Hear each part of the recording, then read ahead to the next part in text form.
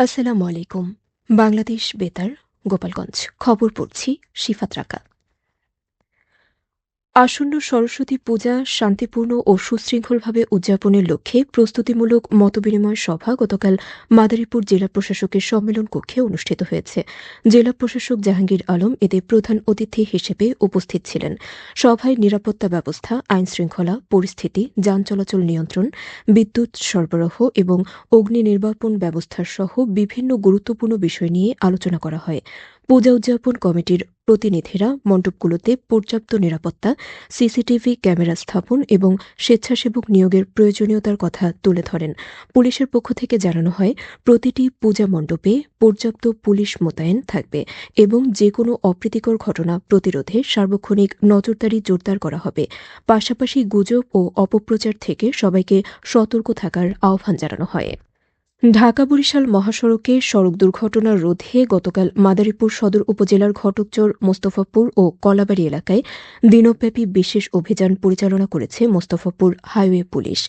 অভিযান চলাকালে মহাসড়কে চলাচল নিষিদ্ধ থাকা ১২টি ইজি বাইক জব্দ করা হয়। পাশাপাশি বিভিন্ন অনিয়মের কারণে ৪টি যানবাহনের বিরুদ্ধে মোট ১০,০০০ টাকা জরিমানা আদায় করা হয়। মোস্তফাপুর হাইওয়ে থানার ভারপ্রাপ্ত কর্মকর্তা জানান, মহাসড়কে ইজি বাইক, মাহিন্দ্রা সহ ৩ চাকার যান চলাচলের কারণে দুর্ঘটনার ঝুঁকি বাড়ছে।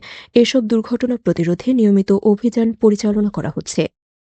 মাদারীপুরে সরকার নির্ধারিত মূল্যের চেয়ে বেশি দামে সার বিক্রি ও কৃত্রিম সংকট সৃষ্টি করার অভিযোগে এক সার ডিলারকে ৬০,০০০ টাকা জরিমানা করা হয়েছে। গতকাল দুপুরে সদর উপজেলার মোস্তফাপুর বাজারে মেসার্স জগদীশ ট্রেডার্সে অভিযান পরিচালনা করে এ জরিমানা করা হয়। জাতীয় ভোক্তা অধিকার সংরক্ষণ অধিদপ্তরের জেলা কার্যালয়ের সহকারী পরিচালক সুচন্দন মণ্ডলের নেতৃত্বে এ অভিযান পরিচালিত হয়। অভিযানে অভিযোগের ভিত্তিতে সহকারী পরিচালকের এক সহকারীকে কৃষকের ছদ্মবেশে সার কিনতে পাঠানো হয়। এ সময় ডিএপি সার ক্রয় করতে গেলে ডিলার অন্য সার একসঙ্গে না কিনলে বিক্রি করতে অস্বীকৃতি জানান। পরবর্তীতে যাচাই করে দেখা যায়, ডিএপি ও এমওপি সার সরকার নির্ধারিত মূল্যের চেয়ে প্রতি কেজিতে ৭ টাকা বেশি দামে বিক্রি করা হয়েছে। সহকারী পরিচালক সুচন্দন মণ্ডল জানান, ডিলার দুটি গুরুতর অপরাধ করেছেন। প্রথমত, শর্ত সাপেক্ষে সার বিক্রির চেষ্টা এবং দ্বিতীয়ত, সরকার নির্ধারিত মূল্যের চেয়ে বেশি দামের সার বিক্রি। এসব অপরাধের দায়ে তাকে ৬০,০০০ টাকা জরিমানা করা হয় এবং ভবিষ্যতে এমন অনিয়ম না করার জন্য কঠোরভাবে সতর্ক করা হয়েছে। গতকাল ফরিদপুরের সদরপুর উপজেলার কৃষ্ণপুর ইউনিয়নের বিভিন্ন এলাকায় ভ্রাম্যমাণ আদালতের অভিযান পরিচালনা করা হয়। উপজেলা সহকারী কমিশনার ভূমি ও নির্বাহী ম্যাজিস্ট্রেট রিফাত আঞ্জুম পিয়ার নেতৃত্বে ও সদরপুর থানা পুলিশের সহযোগিতায় বিকেল ৩টা থেকে সন্ধ্যা ৬টা পর্যন্ত পরিচালিত অভিযানে আইন লঙ্ঘনের দায়ে আমাজেন বেকারিকে ১০,০০০ টাকা, দোলা সুইটসকে ৫,০০০ টাকা, বিসমিল্লাহ বেকারিকে ১৫,০০০ টাকা ও এমএস বেকারি থেকে ৫,০০০ টাকা জরিমানা আদায় করা হয়। উপজেলার সহকারী কমিশনার ভূমি জানান, ভোক্তা অধিকার ও নিরাপদ খাদ্য নিশ্চিত করতে এ ধরনের অভিযান অব্যাহত থাকবে। ফরিদপুর সদর উপজেলার ঢাকা-ফরিদপুর মহাসড়কে মুন্সিবাজারে ইউনাইটেড ফিলিং স্টেশনে ডাকাতির ঘটনা ঘটেছে। ইউনাইটেড ফিলিং স্টেশনের ম্যানেজার মোহাম্মদ সাইদুর রহমান জানান, গতকাল ভোররাত ৪টার দিকে ধারালো অস্ত্রসহ ১১ জন লোক পাম্পের দক্ষিণ দিক থেকে এসে পাম্পের নজেলম্যান ও মিটারম্যানকে অস্ত্রের মুখে জিম্মি করে। পরে ক্যাশ রুমে তালা কেটে ডাকাত দল প্রায় ২ লাখ টাকা, মোবাইল ফোনসহ মূল্যবান মালামাল নিয়ে পালিয়ে যায়। খবর পেয়ে ফরিদপুর কোতোয়ালি থানার ভারপ্রাপ্ত কর্মকর্তা মোহাম্মদ শহীদুল ইসলাম সহ গোয়েন্দা পুলিশের একটি দল ঘটনাস্থল পরিদর্শন করেছেন।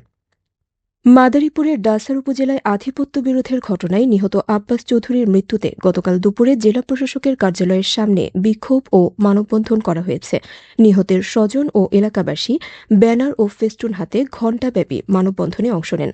মানববন্ধনকারীরা হত্যার সঙ্গে জড়িতদের দ্রুত গ্রেফতার ও দৃষ্টান্তমূলক শাস্তি দাবি করেন। উল্লেখ্য, আব্বাস চৌধুরী ডাসার উপজেলার বালিগ্রাম ইউনিয়নের খাতিয়াল গ্রামের মৃত মুসলিম চৌধুরীর ছেলে।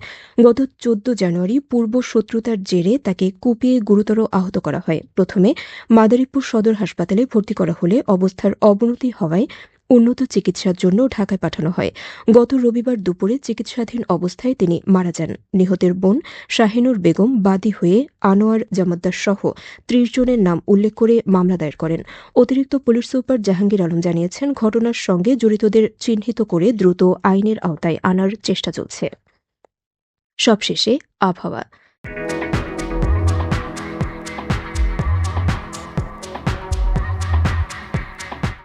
আজ সন্ধ্যা ৬টা পর্যন্ত আবহাওয়ার পূর্বাভাসে বলা হয়েছে, দেশের অভ্যন্তরীণ নদীবন্দরসমূহের জন্য কোনো সতর্কবার্তা নেই এবং কোনো সংকেতও দেখাতে হবে না। খবর শেষ হলো। আমাদের পরবর্তী খবর প্রচারিত হবে আগামীকাল সকাল ৮টা বেজে ৩০ মিনিটে বাংলায়।